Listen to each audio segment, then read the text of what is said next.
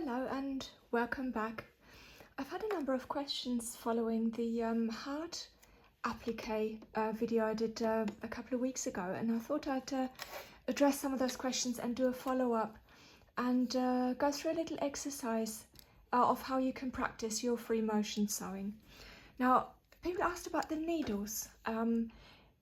This is a 75 quilting specific needle, but I do have a little bag I keep in my drawer here on the sewing machine where I keep all my old needles. So they are mainly quilting, but sometimes they are a size up, the 80. And for the paper sewing, I would use the thinner one. That would make it easier to get through the paper. And the paper, I'm actually just using a watercolor pad. It's just a cheap one. The weight is 300 GSM. You can use other watercolor paper and just rip it to size, and that would actually give you really lovely beveled edges as well. I'm using a free motion foot, so you can see it actually looks different to your regular sewing machine foot, and this allows you to move freely across your surface. One important thing to remember when you get started is to drop your feed dogs. I have a lever at the back here.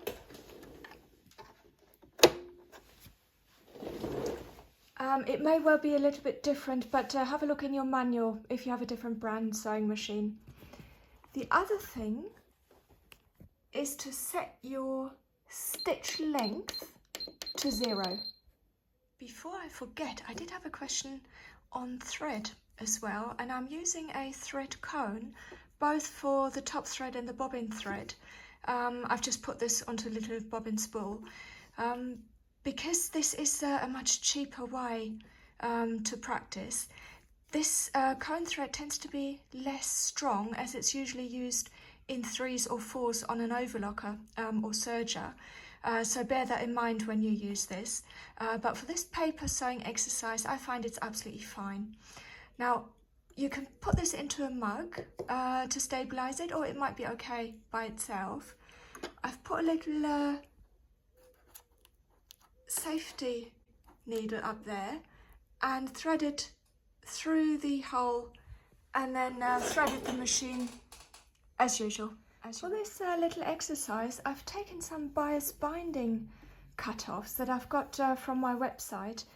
This is Liberty fabric, and this is 10mm finer width, but 40mm when it's double folded when you unfold it all the way. And I've soaked some of them because some of the creases can be quite hard to get rid of, and ironing or pressing might not be enough. So by soaking sort of overnight, it might make that a little bit easier. So I've got a bunch here of scraps that I've this way ironed and yeah, want to make use of. And today I'm going to do little flowers on a postcard as a little exercise. I'm using a Pilot friction pen. There it is. The beauty of this pen is that the marking disappears through heat. So if you put an iron on it, it will make it disappear. And I'm just drawing some irregular shaped flowers on the reverse of this piece of Liberty bias binding, and I'll cut them out afterwards, so they don't have to be anything fancy. And it's always nice to use an uneven number of petals, so 5, 7, 3, you know, it looks more natural than sort of your stylized number of 4 or 6. And I just, you don't have to watch me draw all these, prepare a couple of others, cut them out, and I'll be back. So once you've got your flowers cut out and you've just spread them randomly across the watercolor paper, I've just got a regular glue stick, any brand will do, and put a little bit in the middle Not much, because you don't want to gunk up your machine, but this is literally just to fix them in place. It's actually quite nice to overlap as well, you know, to get a more of a scattered look. So I'm going to leave this aside because I'm going to sew this first, so I don't want to glue that into place just yet.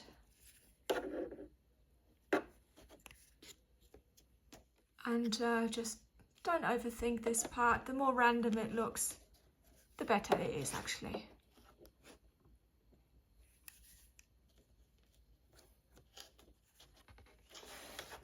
So doing these flowers is a really good way to practice going in the round, because I think that's a much harder thing to do than doing straight lines if you were doing squares, for example. And it's also a good idea to go both ways, so to go clockwise and anti-clockwise, just to familiarise yourself, to get more confidence, because it's really practice that will do it. And don't give up, because it can be hard at times, especially when you're just starting this. Don't get disheartened. Now, I have worn quilting gloves in the past, and that does give you a bit more grip, but they're actually upstairs in the drawer, so I'll have a go without. And a lot of people won't have them anyway, so I'll show you.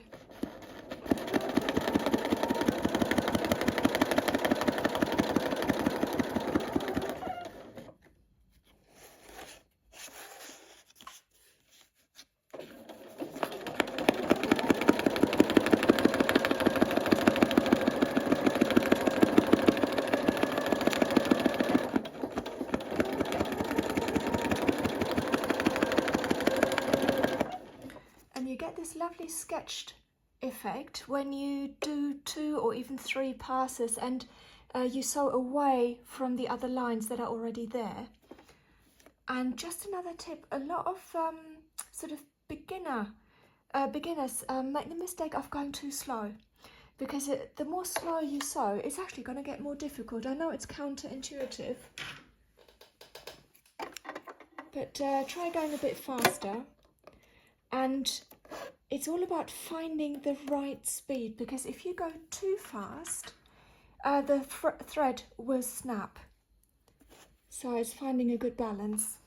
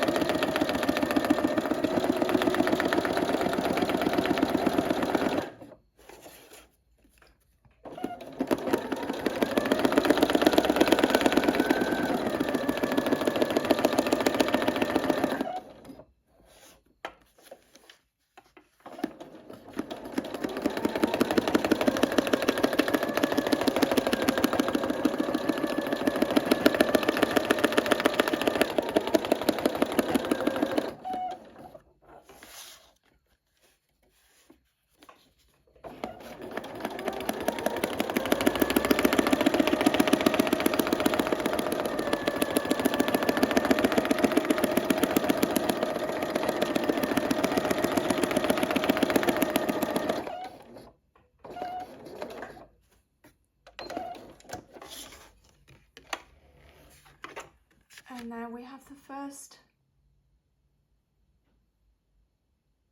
stitched flower.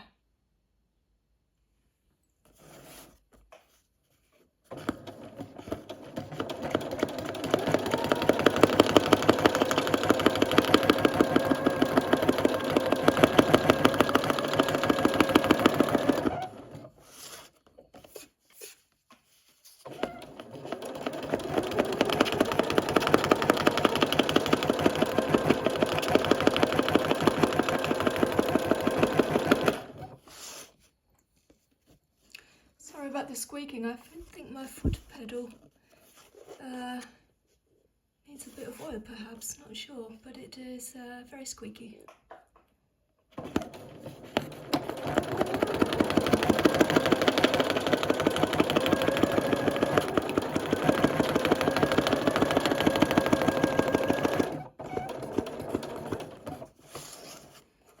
And you remember, you want this to look sketched, and it's all about not being too precise.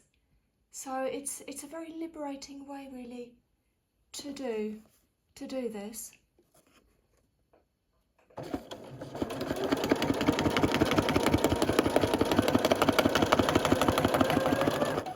See, and if you miss a bit, just go over it again.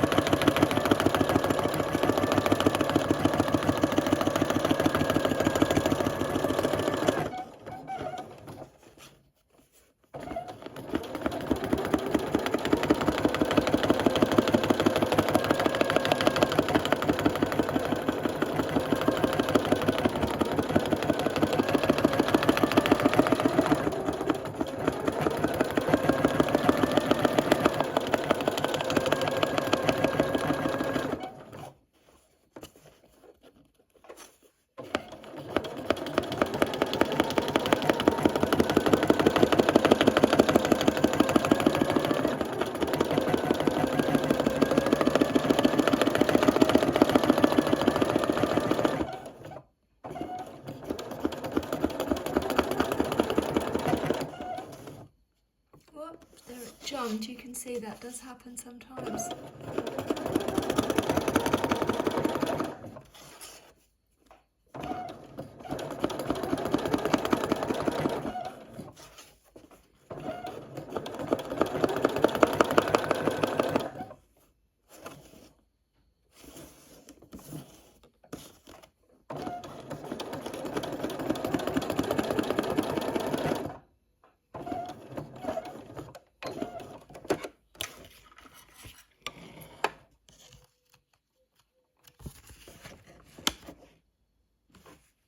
So this one here, I'm going to overlap with that one now. And the process is really the same, you just carry on.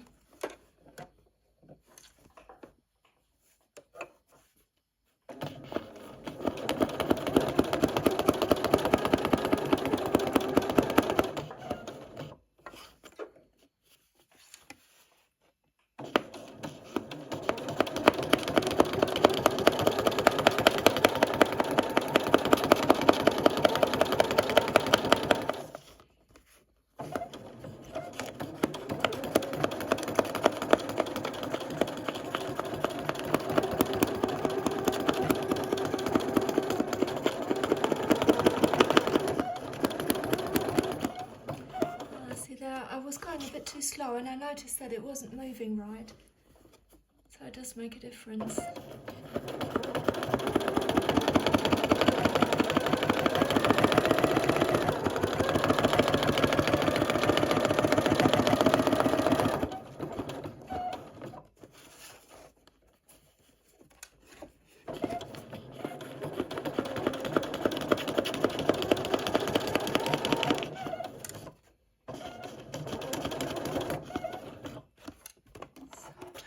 It is actually the plate here that you know, or prevent it from moving freely, so you just have to deal with that.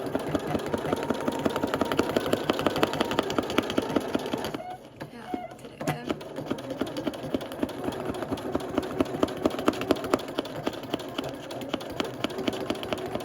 Okay, that's that one.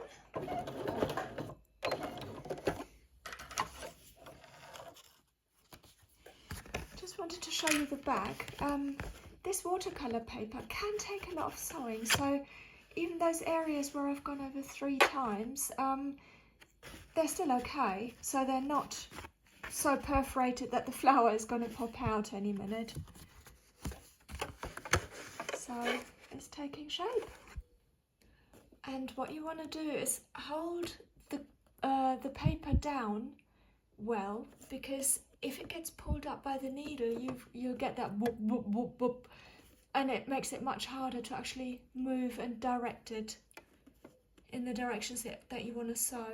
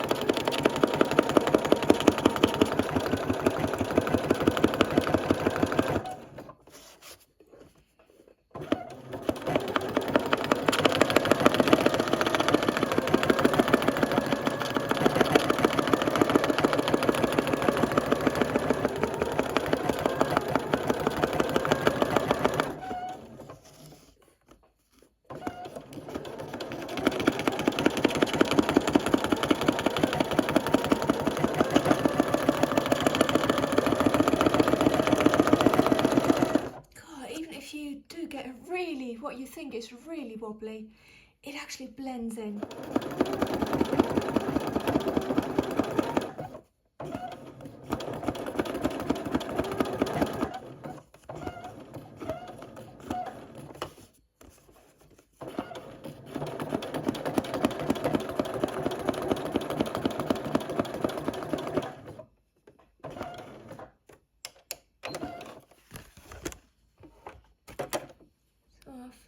Couple of little stamens in there.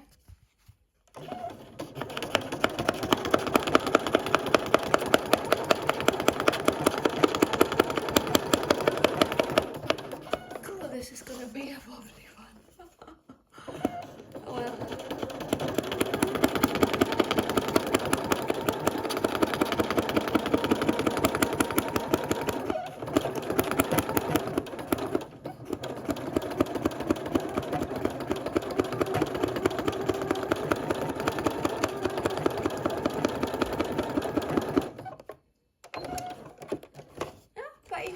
See, it's okay.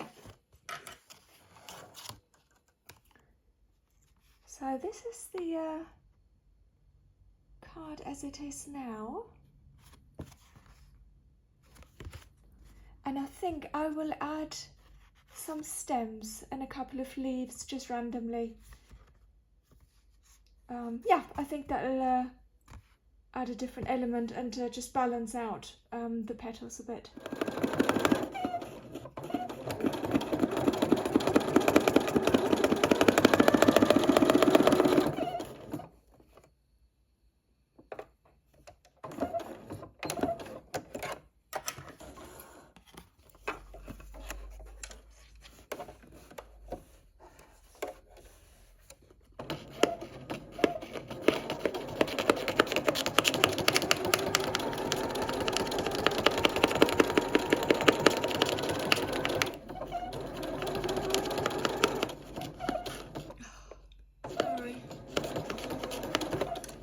Quickly it can happen where the thread jumps, because I was stopped by this. But don't let yourself get disheartened when that happens. Just carry on, make a design feature out of it if necessary.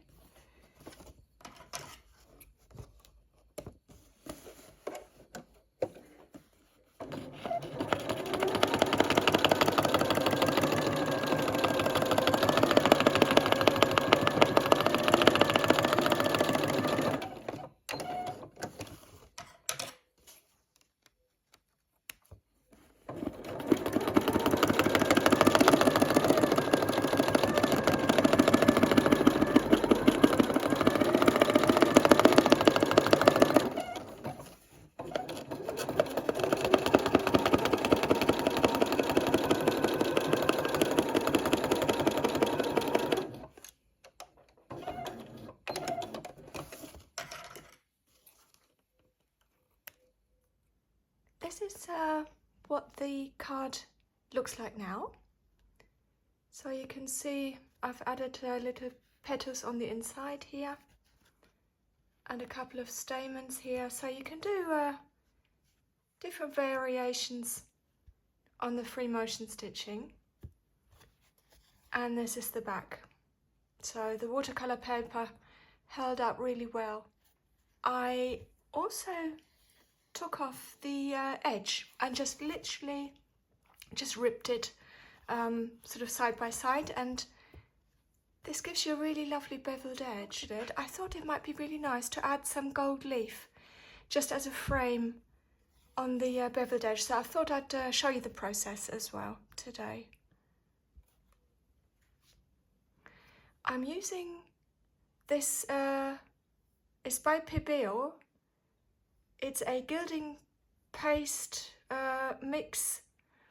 It's basically the glue that holds the gold leaf in place, and these are just flakes from leftover from other projects, so I do save all of them, and they'll be absolutely fine just to put around the edge. I'm just using a normal paintbrush to dab some of this solution along the edge.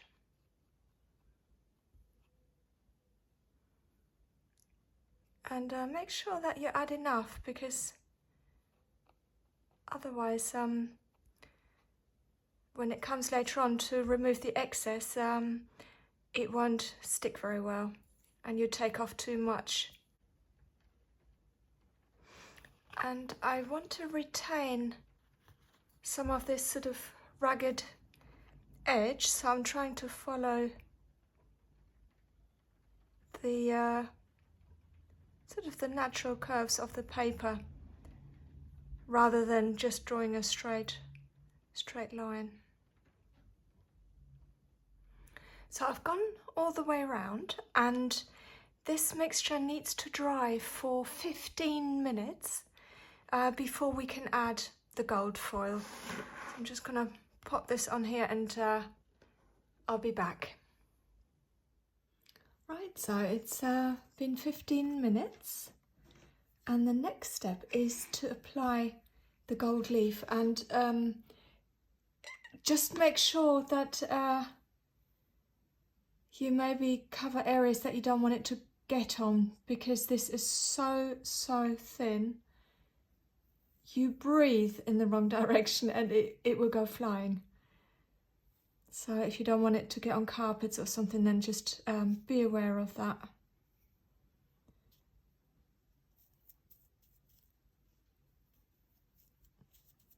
And I'm using a soft bristle paintbrush to apply this.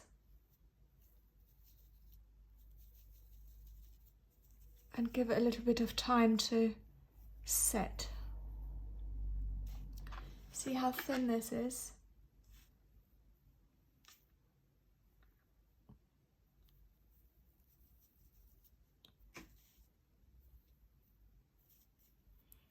But I absolutely love this process. I think it's such a transformation.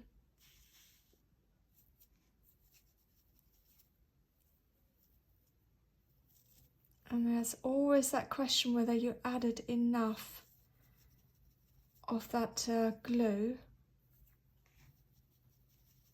and not every area will stick. But I think that adds beauty to it as well, because it's not uniform.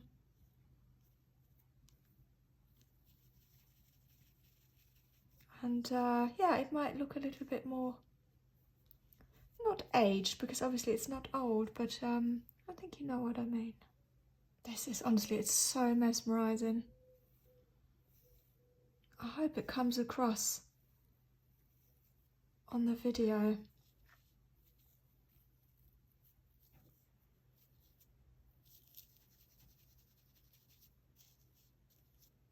Yeah, I can already see there's a couple of areas that are probably not going to hold, but that's okay.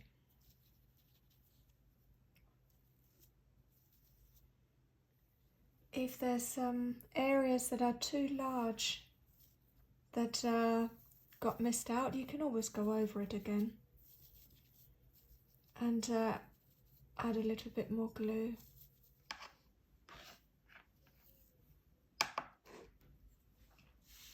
So now comes the fun part.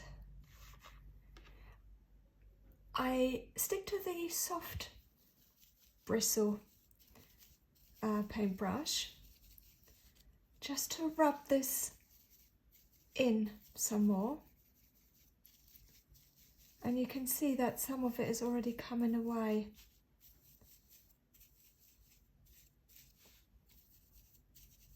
Yeah, some areas I didn't add enough, I think, but not to worry, things happen. And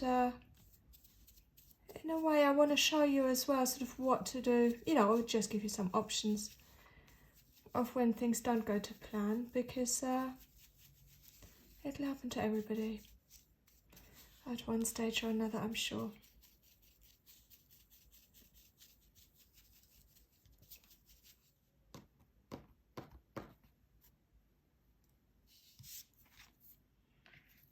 Okay, so most of the really loose stuff has come off, and I've got a really sort of stiff bristled paintbrush, and this part is just burnishing and getting rid just of some of the loose edges.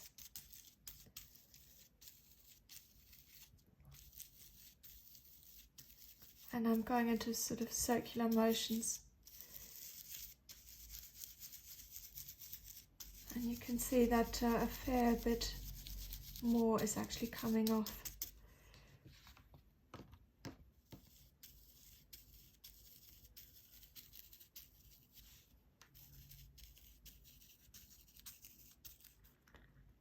So you could leave it as this, I suppose, if you wanted a more subtle shimmer.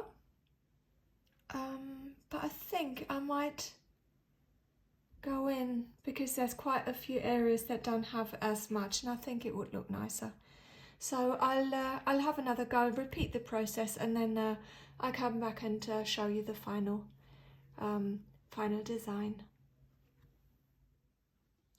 It's finished, and I'm really pleased that I went over it again with the second layer of that glue, because it did look a bit too patchy, so really chuffed with it. That's the back. And even though this was just intended to be a practice piece, it just goes to show that you can end up with something really beautiful at the end. You could put this in a little frame, or I've got a blank greeting card here, so you could actually make a really special card out of it. So lots of options. I hope this has given you some ideas, and as always, I'm really grateful for everyone who watches and has supported my channel over the last few months. Thank you very much, and I hope to see you again soon. Bye bye.